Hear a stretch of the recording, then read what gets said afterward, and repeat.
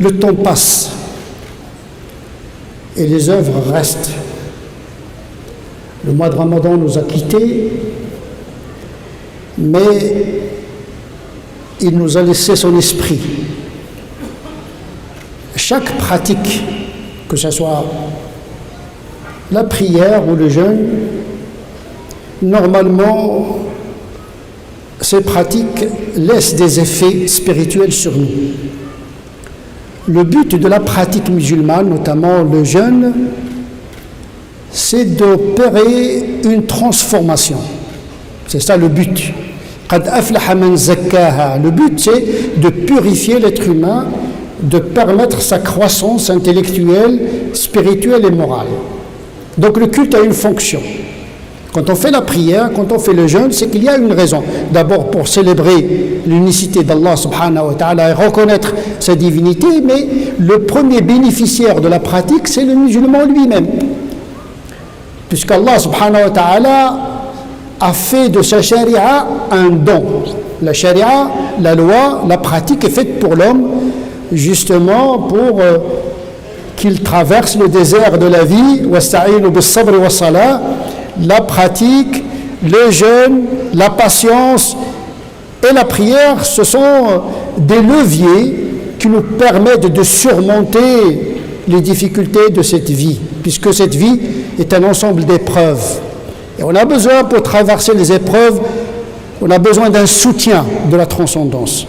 On a besoin de Dieu qui nous accompagne dans notre vie. Et donc la pratique du jeûne doit laisser un effet, un esprit. Cet esprit a plusieurs portées.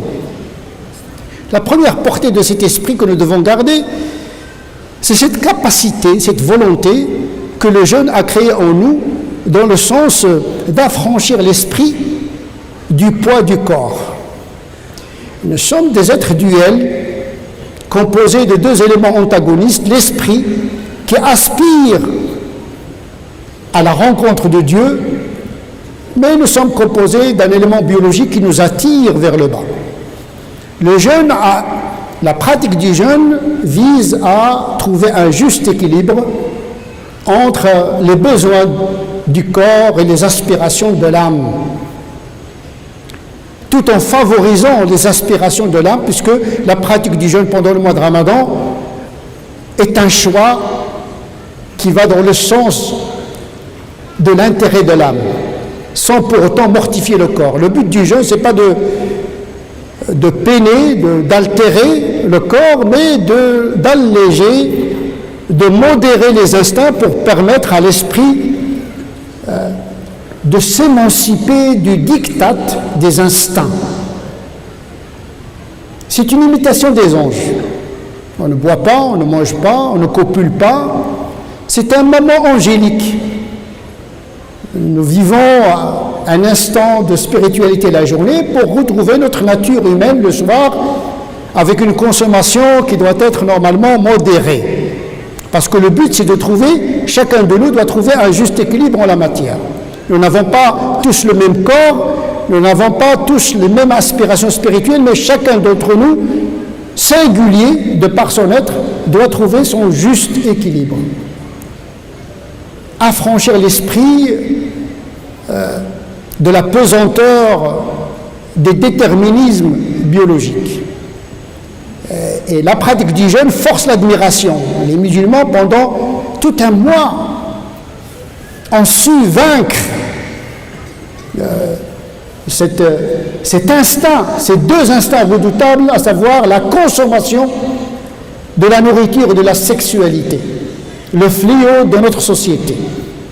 Sortir de la logique de la consommation biologique, matérielle, à une aspiration pour laquelle nous sommes créés, c'est-à-dire l'aspiration, une tension vers le divin, puisque nous sommes composés en partie d'un souffle qui vient du ciel, déposé par l'ange, à savoir Ruh.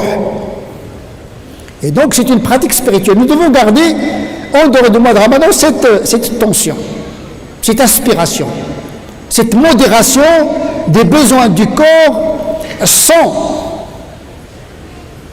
altérer l'aspiration de l'âme. Donc il y a une portée spirituelle.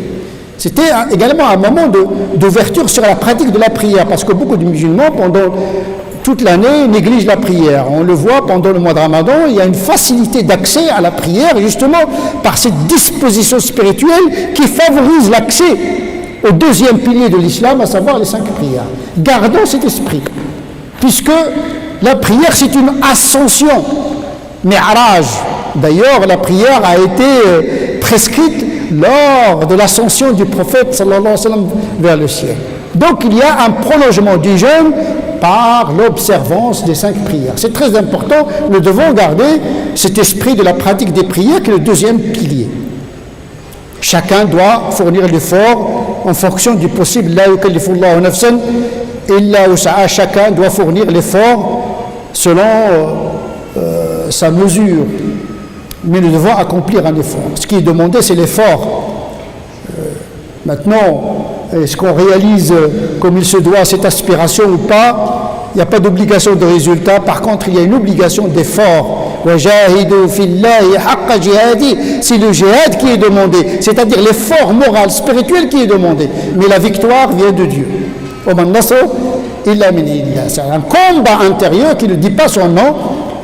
Notre premier ennemi nous habite. Nous devons descendre sur le terrain du combat qui est intérieur, justement pour faire vaincre l'esprit sur le corps. Et nous avons vécu cette expérience, alhamdoulilah, pendant le jeûne.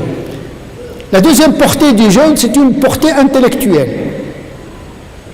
puisque c'est pendant le mois de Ramadan que le prophète étudie le Coran avec Gabriel. كان يعارض جبريل القرآن ويدارسه. C'est un moment également spirituel, mais il est intellectuel, puisque l'homme est un animal intelligent. Il faut user de sa raison. Donc le jeûne a toujours été accompagné dans la vie du prophète par l'étude du Coran. Mais attention, le Coran ne ferme pas l'esprit dans le texte, puisque le Coran, il demande à son lecteur de contempler les signes de Dieu dans les horizons et dans ce que Dieu nous dit à travers notre intérieur. سنريهم آياتنا في الآفاق وفي أنفسهم حتى يتبين لهم أنه الحق. Celui qui étudie le Coran étudie la nature.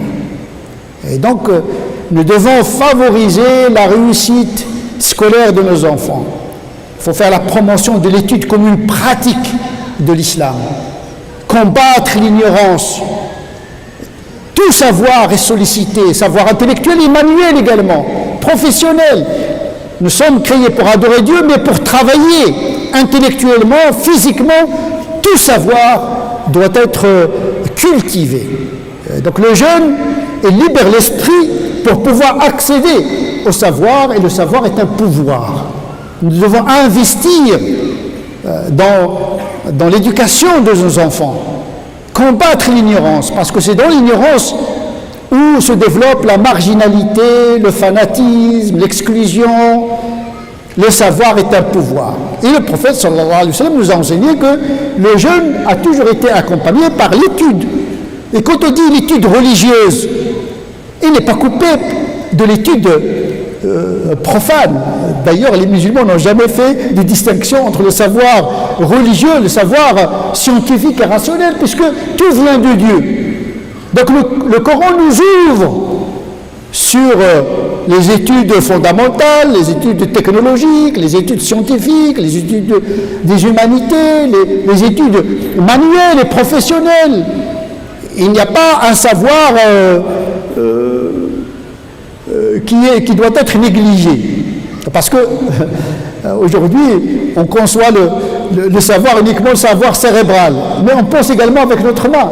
Il y a l'intelligence de la main. Aujourd'hui, on le voit, aujourd'hui, on encourage le travail manuel, on a besoin de l'intelligence de la main également. Et donc le Coran encourage le savoir. On doit apprendre, même de l'animal. Le corbeau nous a enseigné, les animaux nous enseignent, donc il faut cultiver le savoir. Donc cet esprit du jeûne, nous devons le continuer. Également, il y a une portée, je dirais, thérapeutique, biologique. Le jeûne, c'est la santé.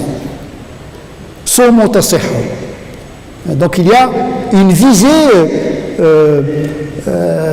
je dirais, médicale, puisque le corps, c'est le support de l'âme. Et quand le corps est malade, l'esprit est impacté négativement. Et donc, entretenir son corps par le sport, par la bonne alimentation, est un moyen d'épanouissement de l'esprit également. On dit en arabe, al-aql salim fil jismi salim, un esprit sain dans un corps sain. Tu as un devoir envers toi-même. Tu dois entretenir la monture qui te permet de traverser justement le désert du monde.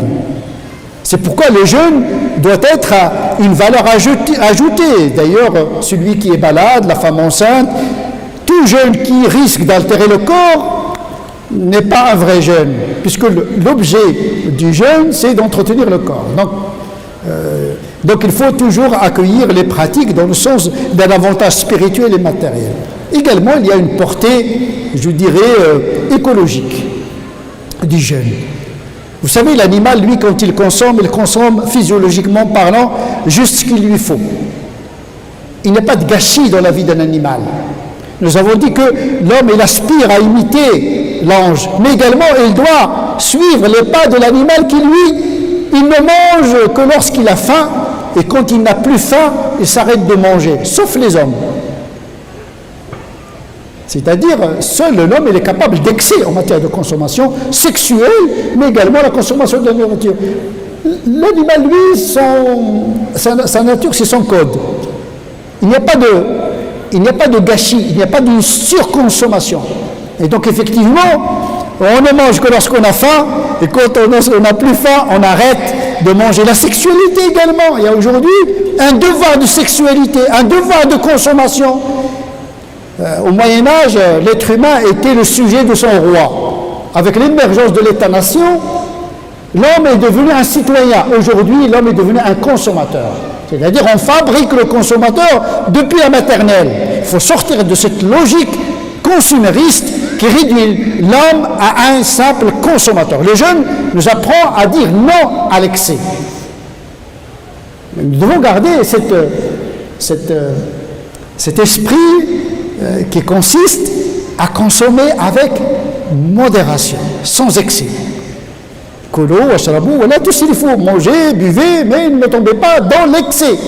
Mais seul l'homme est capable d'excès. L'animal, lui, il ne connaît pas d'excès. Donc il y a une portée écologique du jeûne. Il y a également une portée économique du jeûne. Une forme de décroissance quantitative pour favoriser une croissance qualitative. Diminuer la consommation en termes de quantité et choisir la qualité de la consommation. Généralement, quand on jeûne, parce qu'on veut rompre le jeûne, on commence d'abord par là où il y a le plus de calories, là où il y a le plus de vitamines, etc. etc. Donc, une décroissance au terme de la quantité pour consommer bien. Aujourd'hui, on dit consommer bio. Donc, diminuer la consommation pour justement favoriser une bonne consommation. Et puis diminuer la pollution. Quand on consomme beaucoup, on contribue à la pollution du monde. Donc il y a une portée du jeûne, c'est-à-dire une pratique de la modération dans la consommation. Et justement, il y a une portée. Il ne faut pas croire que la pratique cultuelle n'a aucun rapport avec le monde. Pertinemment, le culte a une portée sociale. Il a même une portée, je dirais, politico-juridique. Parce que le jeûne, c'est une pacification de l'individu. Le prophète considère que l'agressivité et la violence sont antinomiques au jeûne. Il y a des hadiths où le prophète nous invite, quand on fait le jeûne, il ne faut pas succomber à la tentation de la violence. Donc il y a une utilité sociétale, il y a une utilité politique. Le jeûne permet la paix civile, contenir sa propre violence pour mieux vivre avec les autres.